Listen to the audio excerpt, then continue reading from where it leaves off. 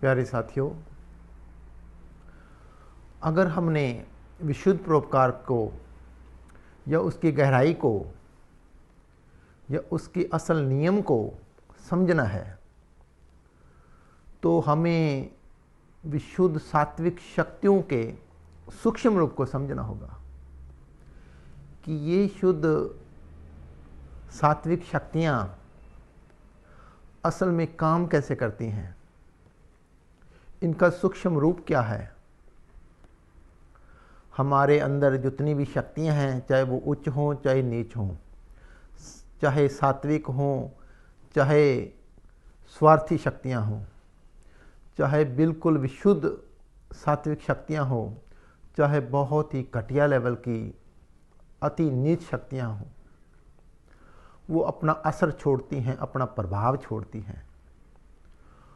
उनके इस प्रभाव के नियम को समझे बिना विशुद्ध परोपकार,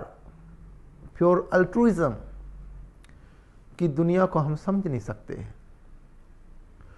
क्योंकि हम कोई कार्य करें या ना करें, कोई भी एक्शन, हमें उसकी समझ हो चाहे ना हो, वो अपना असर छोड़ रहे हैं। कोई भी शक्ति ऐसी नहीं, हमारे हृदय में कोई भी ऐसी भावना, ऐसा कोई भाव नहीं जो अपना असर ना छोड़ रहा हो, अपना प्रभाव ना छोड़ रहा हो। जब तक ये नियम समझ नहीं आता तब तक विशुद्ध परोपकार तो बहुत दूर की बात, परोपकार के नियम को भी नहीं समझा जा सकता। तो हमारा क्या नेचर है, हमारा क्या स्वभाव है, हमारे अंदर कौन से भाव हैं, सारी कहानी इस बात को लेकर ही है। बाहरी रूप से हमें लगे कि हम कोई सात्विक कार्य कर रहे हैं या नहीं, इसकी समझ ना भी आए, अगर आपके हृदय में, आपके अंदर, आपकी आत्मा में उच्च शक्तियां विकसित हो गई तो समझ लेना आप सात्विक जीवनदारी बन चुके हैं और आपके अंदर से निकल रहे असर कहीं न कहीं आपको परोपकार की कैटेगरी में लाकर खड़ा कर रहे हैं। ये असर इतने बारीक हैं जिसको हम सिर्फ महसूस तो कर सकते हैं, वो भी किसी खास योग्यता रखने के बावजूद, क्योंकि हमारे अंदर जो असर निकल रहे हैं वो हमें शारीरिक रूप से कोई गंध या कोई स्मेल आ रही है तो वो तो हमें समझ आ रह जाती है। कहीं न कहीं हम मानसिक शक्तियों के असर भी समझ पाते हैं, लेकिन हमारे आत्मा के अंदर से जो शक्तियां हैं, जो उच्च या नीच शक्तियां हैं, जो वो असर छोड़ रही हैं, उसको हम अक्सर समझ नहीं पाते। सारा खेल इन शक्तियों को लेकर ही है। इसलिए हमारी एक बहुत बड़ी मॉरल जिम्मेवारी बनती है, या दूसरे शब्दों में कहें कि हमारे जो स्पिरिचुअलिटी की जर्नी है वो शुरू ही यहीं से होती है कि हमारे अंदर से निकल क्या रहा है,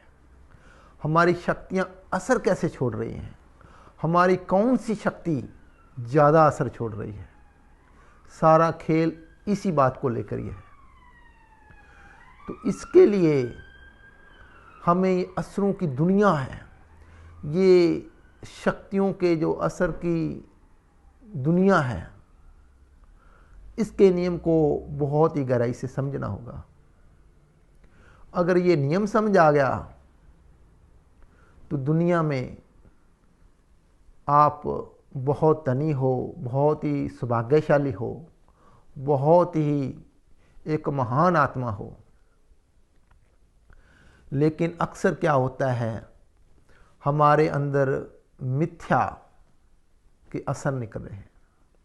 हमारे अंदर से शोषण के असर निकल रहे हैं, हमारे अंदर स्वार्थ को बढ़ाने के लिए असर निकल रहे हैं, हमारे अंदर नीच शक्तियां हैं, सुखों के विभिन्न प्रकार हैं, सुखों के विभिन्न लालसाएं हैं, तृष्णाएं हैं, सुखों के प्रति नीच अनुराग हैं। वो इस नियम को हमें समझने नहीं देते कि हमारे अंदर से क्या असर निकल रहे हैं। हमारे अंदर से जो असर निकल रहे हैं, कहीं न कहीं यही एक मीटर है कि हम विनाशकारी हैं या विकासकारी हैं। अगर हमारे अंदर इगोइस्टिक फीलिंग्स हैं, प्रशंसा पाने की भूख है, मान या बड़ाई की भूख है, किसी सत्ता में बने रहने की भूख है, उसके अधिकारी ना होकर भी अगर हम किसी सत्ता में बने रहें या उसके योग्य ना होने के कारण भी उस सत्ता में बने रहे, तो इससे जो असर निकलेंगे, जो इन शक्तियों से असर निकलेंगे, वो सिर्फ तुम्हारा ही पतन नहीं करेंगे, वो तुम्हारे आसपास के जो असर को ग्रहण करने की क्षमता रखते हैं, उस पे भी ये विनाश का, पतन का नियम पूरा करेंगे। सारी कहानी इन दो बातों को लेकर ही है कि हमारे अंदर से कौन कौन से भाव हैं और उन किन भावों से